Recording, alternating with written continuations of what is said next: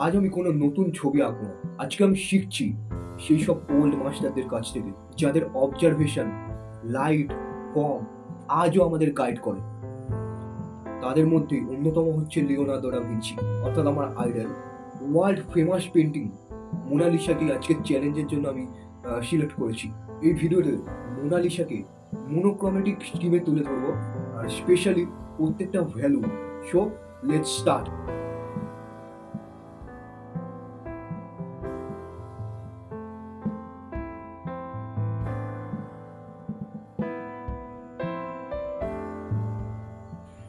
আমি light tone দিয়ে শুরু করলাম, মোনালিসার ফেস দিয়ে শুরু করলাম, কারণ পেন্টিংয়ের এটাই ফোকাল পয়েন্ট।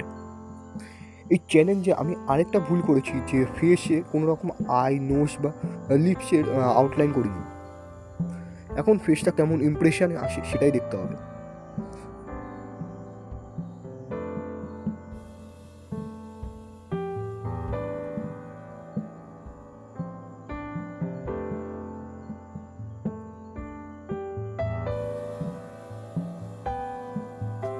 এই জায়গায় রংটা খুব হালকা, আমি শুধু লাইটটা অবজার্ভ করতে চাইছি।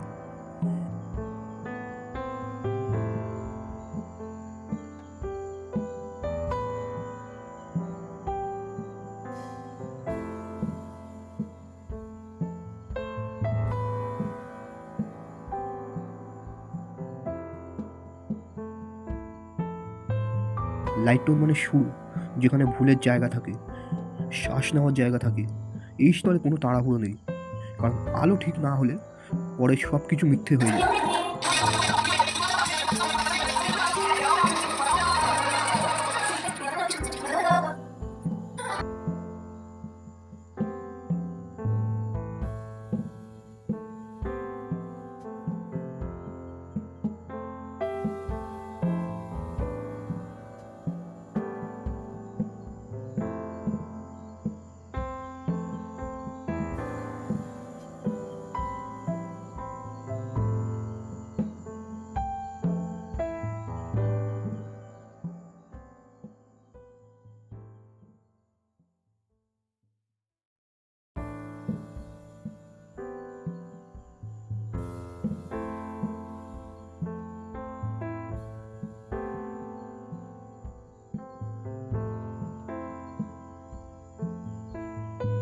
আমি শুধু রং বসাচ্ছি না, আমি ধীরে ধীরে বুঝতে চাইছি কেন এই মুখটা আজও আমাদেরকে দেখে।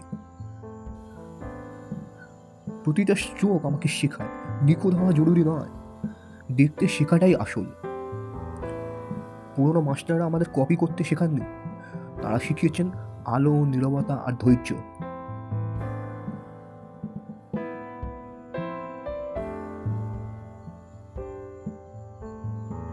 কপি করা আমার লক্ষ্য ছিল না, এই কাজটা আমার জন্য প্রতিযোগিতা নয়, এটা এক ধরনের কথোপকথন।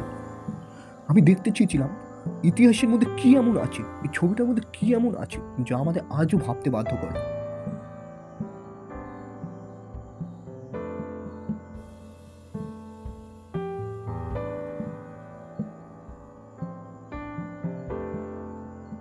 পেন্টিংটা শুধু সৌন্দর্যপূর্ণ নয়, এর মধ্যে লিওনার্দো দা ভিঞ্চির হাজারো রহস্যময় কাহিনী লুকিয়ে আছে।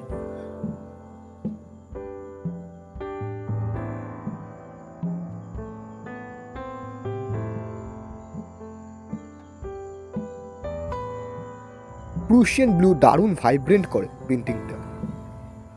মোনোক্রোম থিমের জন্য ভাইব্রেন্ট কালার সিলেক্ট করাটাই বেটার, নাহলে পেন্টিং ফ্ল্যাট আর ডালনেস লাগবে।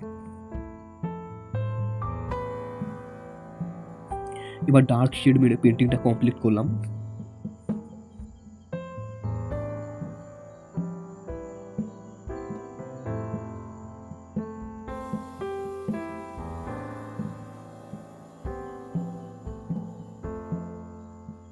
আজকের প্র্যাকটিসটা আমায় মনে করিয়ে দিল যে ভালো আর্ট আসে অবজারভেশন থেকে, শর্টকাট থেকে নয়। তুমি যদি এই ধরনের চ্যালেঞ্জ নিয়মিত দেখতে চাও, তাহলে ভিডিওটি সেভ করে রাখো আর কমেন্টে বলো এরপরে ওল্ড মাস্টার কে হবে।